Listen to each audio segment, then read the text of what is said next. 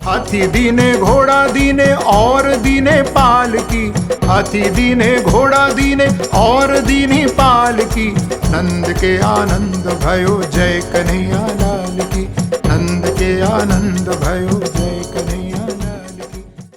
नमः कुंज विहारिण्यै, नमः कुंज विहारिणे, स्वामी श्री हरिदासाय गुरुणाम गुरवे नमः। गोपाल बालम भुवनैकपालम, संसार माया मतिमोहजालम। यशो विशालम शिशुपालकालम, बालम मुकुंदम मनसा स्मरामि। श्री राधे। बंधुओं, जब अधर्म की ऊंचाई बढ़कर धर्म को संकीर्ण करने लगती है, अंधकार का आकार प्रकाश पर चारों ओर से आच्छादित हो जाता है, जब समाज के रक्षक ही समाज के भक्षक बन जाते हैं और मानवीय मूल्यताओं का महत्व समाप्त होने लगता है, ऐसे समय में उस भय, अविश्वास एवं असमंजस की दलदल में फंसे हुए समाज को उबारने के लिए विप्रधेनु सुर संत हित लीन मनुज अवतार। घोर अंधकार में प्रकाश पुंज प्रभाकर सूर्य के समान मेरे प्रभु अवतार धारण करते हैं। तदात्मानं सृजाम्यहम्।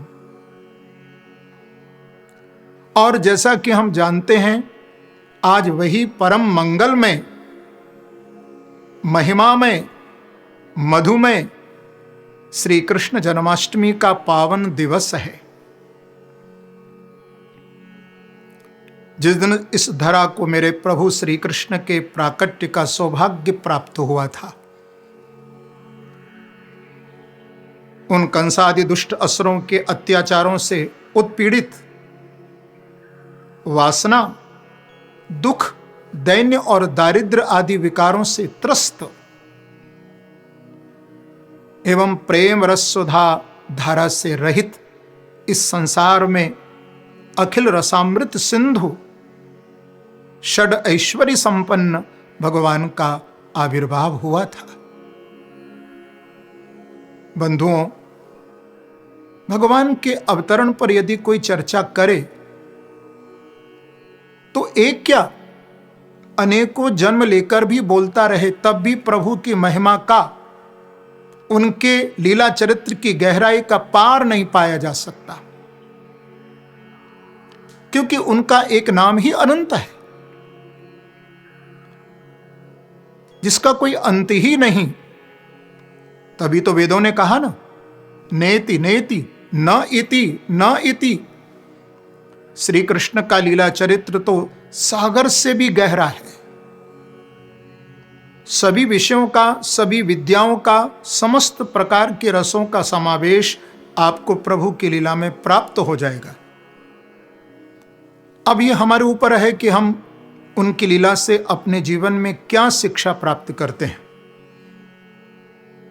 मैं तो यही चाहूंगा कि आज मेरे प्रभु बांके बिहारी श्री वृंदावन बिहारी की कृपा से श्री कृष्ण जन्माष्टमी के पावन पर्व पर, यानी भगवान के इस अवतरण दिवस पर, हमारे जीवन में भी कुछ अच्छे सद्गुण अवतरित हो जाएं। उस अमृत सिंधु, आनंद सिंधु की कुछ बूंदें हमारे नीरस, उदास और मुरझाए हुए जीवन पर भी छलक पड़े, क्योंकि जब श्री कृष्ण का अवतार हुआ था तब ब्रज में कुछ ऐसा ही दृश्य था। श्री सुखदेव जी महाराज ने श्रीमद् भागवत के 10वें स्कंद के 5वें अध्याय में कितना सुंदर कहा है कि नंदस्त्वात्मजुत्पन्ने जातहल्लादो महामनाः आहूय विप्रान वेदज्ञान स्नातः सुचिरलंकृतः। जब नंद यशोदा के आंगन में प्रभु प्रकट हुए थे तो ऐसा प्रतीत हुआ मानो जातहल्लादो महामनाः, जीवन में जो उदासी थी वो आह्लाद में परिवर्तित हो गई, जितना भी रुदन था वो प्रमोदन में परिणित हो गया, क्योंकि भगवान श्री कृष्ण ने लीला करके यही तो दिखाया कि अरे संसार के जीवों जरा देखो तो सही, मेरे स्वयं के जीवन में कितना संघर्ष, कितनी परेशानियां, कितनी उलझन है। मालूम है ना आपको? आप तो भागवत में सुनते ही रहते हो ना कि मेरे प्रभु कारागार में प्रकट हो रहे हैं, फिर प्रकट होते ही मथुरा से गोकुल भाग रहे हैं। प्रभु का तो पूरा जीवन ही भागम भाग और चुनौतियों परेशानियों से ही भरा हुआ है, परंतु भगवान कहते हैं कि मैं अपने मूल स्वरूप को कभी नहीं छोड़ता। वो मूल स्वरूप कौन सा है? सच्चिदानंद रूपाय। बंधुओं, ठीक इसी प्रकार से आज मुझे भी आपसे यही कहना है कि हम भी उसी आनंद घन परमात्मा के अंश हैं, और इसलिए उस आनंद, उस प्रसन्नता पर हमारा जन्म सिद्ध अधिकार है, जो कि हमारे वश में है। उसे हम जब चाहे प्राप्त कर सकते हैं। और मैं तो समझता हूं कि जिसने भी जीवन में प्रसन्नता का, खुशी का महत्व नहीं समझा, उनके जीवन में अभ्युदय नहीं हो सकता। आत्म कल्याण के मार्ग उनके लिए बंद हो जाते हैं और वह व्यक्ति हताश, निराश, उदास होकर सारा जीवन यूं ही गंवा देता है। बल्कि सच पूछो तो अधिक पाने की लालसा, तृष्णा हमारे सुख चैन को छीन लेती है, क्योंकि जो हमारे पास है उससे हम संतुष्ट नहीं होते। और ये विचार हमारे मन में कभी नहीं आता कि जो हमें प्रभु की कृपा एवं हमारे परिश्रम से मिला है वो हमारी प्रसन्नता के लिए पर्याप्त है। बंधु, तृष्णा कभी वृद्ध नहीं होती। तृष्णा न जीर्णा वयमेव जीर्णा। और इसी के जाल में पड़कर के हम अपनी प्रसन्नता को भी खो देते हैं, खो बैठते हैं। यदि थोड़ा गहराई से हम चिंतन करें तो पाएंगे कि उदासी, निराशा ये हमारे जीवन के ऊपर छा जाने वाली अंधकारमयी मृत्यु की तरह है, जो हमारी जीवन शक्ति का ह्रास कर शरीर में शिथिलता ला देती है। और ये उदासी, निराशा ही हमारे मन में भी स्थायी रूप ले लेती है और हमारे मानसिक रोगों का कारण बन जाती है। फिर हम 24 घंटे इस हताशा, निराशा, इस उदासी से घिरे रहते हैं और हमारा जीवन रूपी पुष्प सदा मुरझाए रहता है। उमंग, उत्साह मानो हमारे जीवन से लुप्त हो जाते हैं और ये जीवन हमें जंजाल लगने लगता है, परिवार हमें भार लगने लगता है, किसी कार्य में रुचि नहीं रहती। बंधुओं, मैं तो कहूंगा कि ये निराशा, ये उदासी कई बार जीवन में संग दोष से भी आती है। हमेशा चिंतित, परेशान रहने वाले, व्यर्थ के विचारों की उधेड़-बुन में लगे रहने वाले लोगों के साथ रहकर हम भी कई बार उनकी तरह ही बन जाते। इसलिए मुझे कहना पड़ेगा कि अपने संग को पहले ठीक करो। ऐसे लोगों का संग छोड़कर उन व्यक्तियों से संपर्क जोड़ने का प्रयास करो जो सदा प्रसन्न पुष्पों की तरह कोमल और खिले खिले रहते हैं, जो अपने प्रभु के नाम की मस्ती में डूबे रहते हैं, जिनके मुख से निरंतर हरिनाम निकलता रहता है, श्री राधे, श्री कृष्ण, श्री सीताराम निकलता ही रहता है। उनका संग करो प्यारे। और कहूं तो अपने घर में ठाकुर जी को विराजमान करो। अपने आसपास मेरे प्रभु श्री वृंदावन बिहारी के सुंदर सुंदर चित्र लगाओ। भगवान की सुंदर सुंदर झांकियों को अपने घर में चारों तरफ सजाओ, लगाओ, उनका दर्शन करो। और जब समय मिले तो वृंदावन आओ, श्री बांकी बिहारी जी का दर्शन करो। मुझे विश्वास है जब अपने आसपास प्रभु को देखते रहोगे तो उनकी आनंदमयी आह्लादित करने वाली झांकियों को जब निहारोगे, उनका दर्शन करोगे तो तुम्हारा हृदय उत्साह से, उमंग से भर उठेगा। साथ ही साथ ये भी कहूं कि जब समय मिले तो व्यर्थ की चर्चा न कर, भक्ति रस से ओत प्रोत भजन सुनो, स्वयं भी गुनगुनाओ, भगवान के चरित्र, भगवान की लीलाएं खूब सुनो, स्वयं भी पढ़ो। फिर देखना तुम्हारे इस जीवन की क्या भैया, जन्म जन्म की निराशा, उदासी समाप्त तो हो जाएगी और जीवन में कुछ पाना शेष ही नहीं रहेगा। तुम स्वयं उस परमानंद की अनुभूति करने लग जाओगे। ब्रजवासियों को भी तो प्रभु के अवतरण से ऐसा ही प्रसाद प्राप्त हुआ था। भागवत में तो कहा गया है कि तत आरभ्य नंदस्य व्रजः सर्व समृद्धिमान हरे निवासात्म गुणै रमा क्रीडमभुन्नृप। जब मेरे प्रभु प्रकट हुए तो ब्रज में चारों ओर सुख और समृद्धि व्याप्त हो गई। ब्रजः सर्व समृद्धिमान, मानो कोई गरीब ही नहीं रहा। याद रखना बंधुओं, जीवन में जब हमारे वो आनंद कंद प्रकट हो जाते हैं तो कुछ न होने पर भी हृदय संतोष और प्रसन्नता से भर जाता है, भरा रहता है।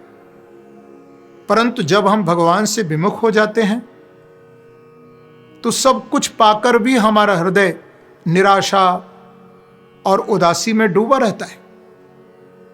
गोस्वामी श्री तुलसीदास जी ने भी तो कहा है ना, राम विमुख संपत्ति प्रभुताई जाई रही पाई बिन पाई। इसी विषय पर मुझे एक प्रसंग याद आया, आपसे कहूं। एक संत यात्रा करते करते किसी गांव से गुजरे।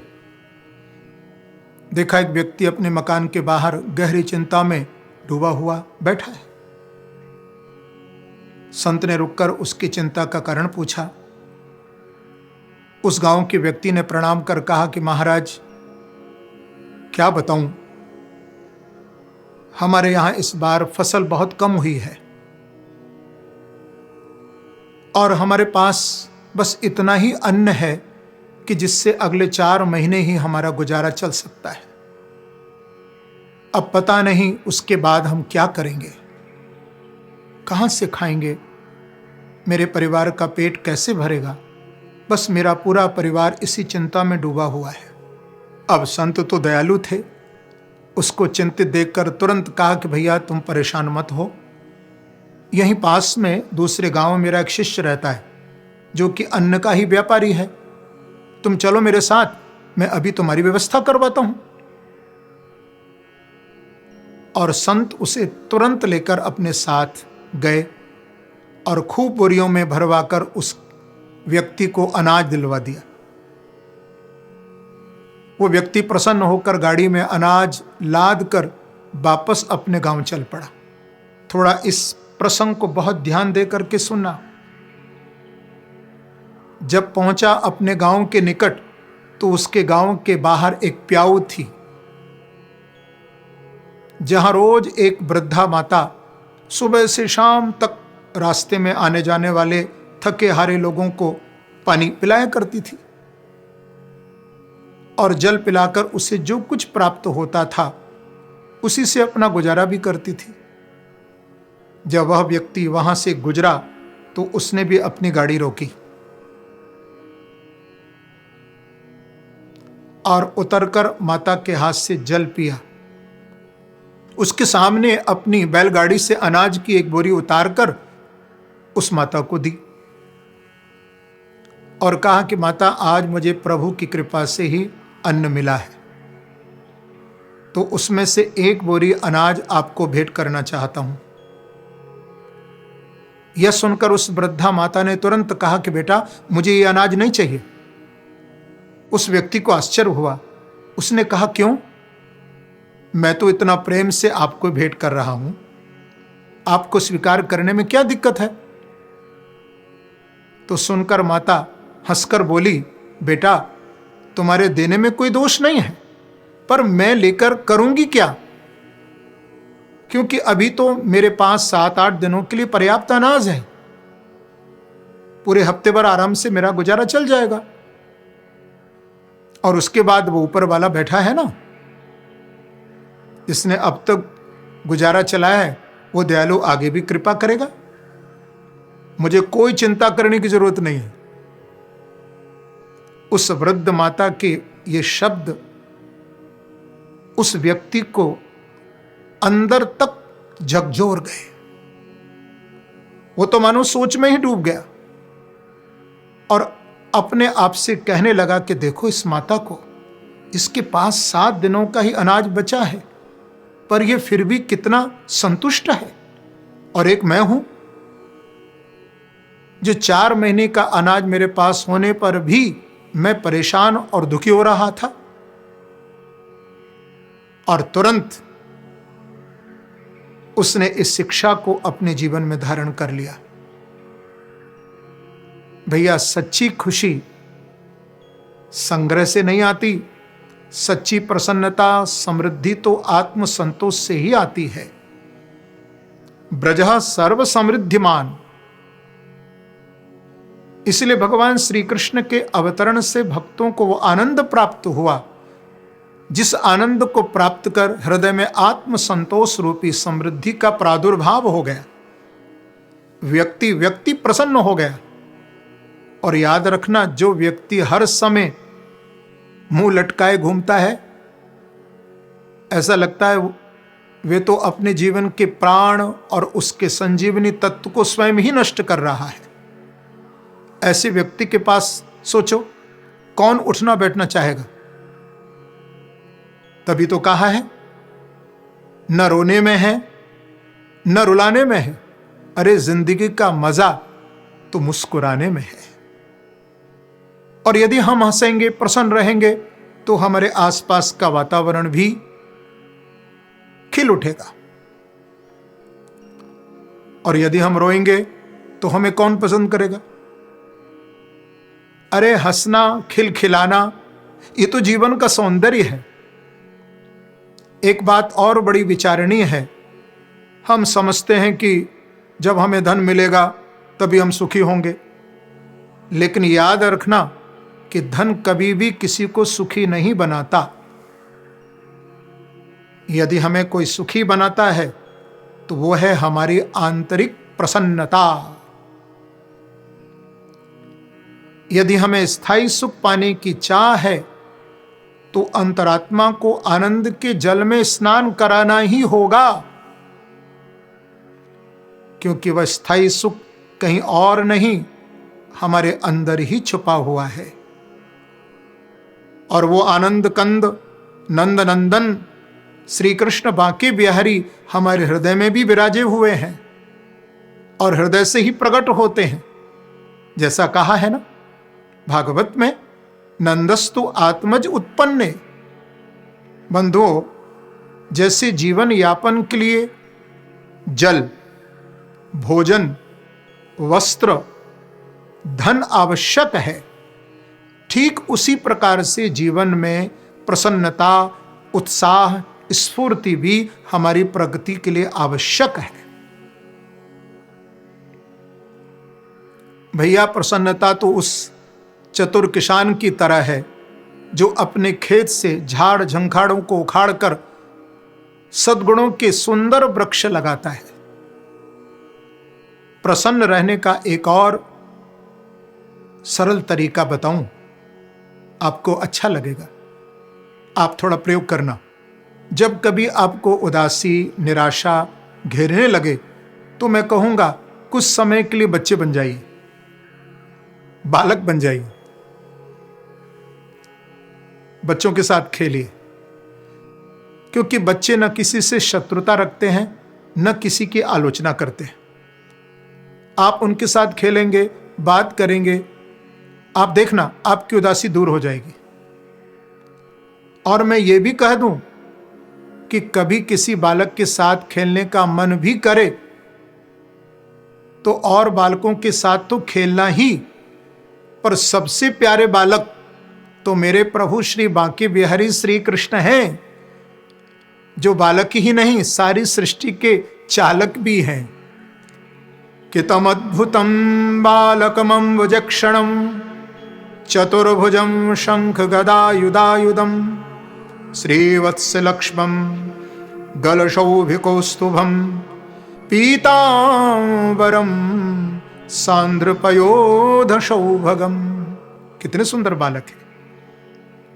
उनके साथ थोड़ा लाड़ लड़ाइए, लाल जी के साथ बात करिए, गोपाल जी को थोड़ा रिझाइए। और आज तो मेरे आनंद कंद वृंदावन बिहारी साक्षात लाला बनकर प्रकट होने जा रहे हैं, तो खूब उनका उत्सव मनाइए, नंद उत्सव मनाइए। ये नंदोत्सव नहीं है, ये आनंद महोत्सव है। आओ थोड़ी देर मेरे साथ ब्रज में चलो, जहां नंद और यशोदा के यहां लाल जी मेरे बालकृष्ण प्रकट होने जा रहे हैं। मुझे विश्वास है कि जैसे नंद और यशोदा के यहां प्रभु प्रकट हुए और नंद यशोदा ने पालने में लाला को झुलाया, गोपियों ने आकर के दुलराया, मुझे लगता है ऐसा चिंतन आपके हृदय में भी होना चाहिए। ये हमारा शरीर ब्रज है और इस देह रूपी ब्रज में जो हमारा हृदय है वो ठाकुर जी का पालना है। हृदय रूपी पालने में अपने बालकृष्ण को बिठा कर के आप उनको खूब झोटा दीजिए, खूब झुलाइए और मेरे साथ थोड़ा गुनगुनाइए, गाइए। मेरो लाला झूले पलना नेक होले झोटा दीजो, कन्हैया झूले पलना नेक धीरे झोटा दीजो, नेक होले झोटा दीजो, नेक धीरे झोटा दीजो, नेक होले झोटा दीजो, नेक धीरे झोटा दीजो। मेरो लाला झूले पलना नेक होले झोटा दीजो। मथुरा में यानी जन्म लियो है, मथुरा में यानी जन्म लियो है, मथुरा में यानी जन्म लियो है, मथुरा में यानी जन्म लियो है, मथुरा में यानी जन्म लियो है, मथुरा में यानी जन्म लियो है। गोकुल में झूले पलना नेक होले झोटा दीजो। मेरो लाला झूले पलना नेक होले झोटा दीजो। काहे कोया को बन्यो है पालनो, काहे कोया को बन्यो है पालनो, काहे कोया को बन्यो है पालनो, काहे को या को बन्यो है पालनो, काहे को या को बन्यो है पालनो, काहे को या को बन्यो है पालनो। काहे के लागे फूंदना नेक होले झोटा दीजो, काहे के लागे फूंदना नेक होले झोटा दीजो। मेरो लाला झूले पलना नेक होले झोटा दीजो, नेक होले झोटा दीजो, नेक धीरे झोटा दीजो, नेक होले झोटा दीजो, नेक धीरे झोटा दीजो। मेरो लाला कन्हैया, मेरो लाला झूले पलना नेक होले झोटा दीजो।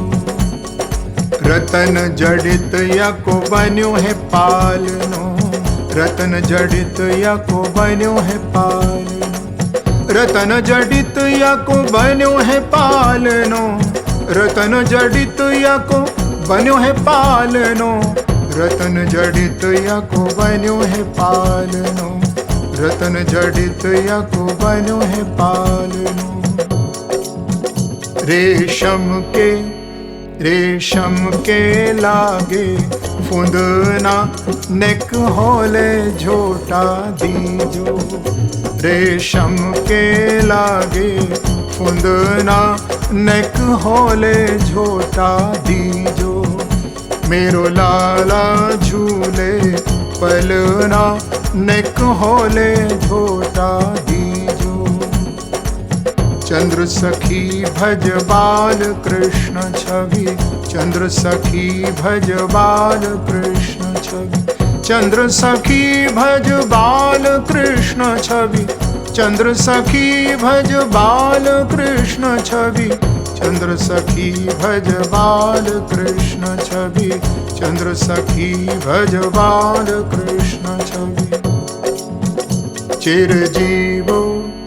चिरजीवो यह ललना नेक होले झोटा दीजो, चिरजीवो यह ललना नेक होले झोटा दीजो। मेरो लाला कन्हैया, मेरो लाला झूले पलना नेक होले झोटा दीजो। नंद के आनंद भय जय कन्हैया लाल की, नंद के आनंद भय जय कन्हैया लाल की। हाथी दीने घोड़ा दीने और दीने पाल की, हाथी दीने घोड़ा दीने और दीनी पाल की। नंद के आनंद भयो जय कन्हैया लाल की, नंद के आनंद भयो जय कन्हैया लाल की, नंद के आनंद भयो जय कन्हैया लाल की। बंधुओं, आज इस परम पावन जन्माष्टमी के जन्मोत्सव के उपलक्ष्य में मैं हृदय से आप सबको खूब खूब लाला के जन्मोत्सव की बधाई देता हूँ और आप सबके हृदय में वो आनंद स्वरूप मेरे प्रभु निरंतर प्रकट हों, आप सबको आनंद प्रदान करें, आप सब प्रसन्न रहें। परिवार, समाज, हमारा भारत राष्ट्र और संपूर्ण विश्व को आज इस जन्माष्टमी के पुण्य पर्व पर मैं अपनी ओर से खूब खूब बधाई और सबके मंगल की कामना करता हूँ। श्री राधे, श्री राधे।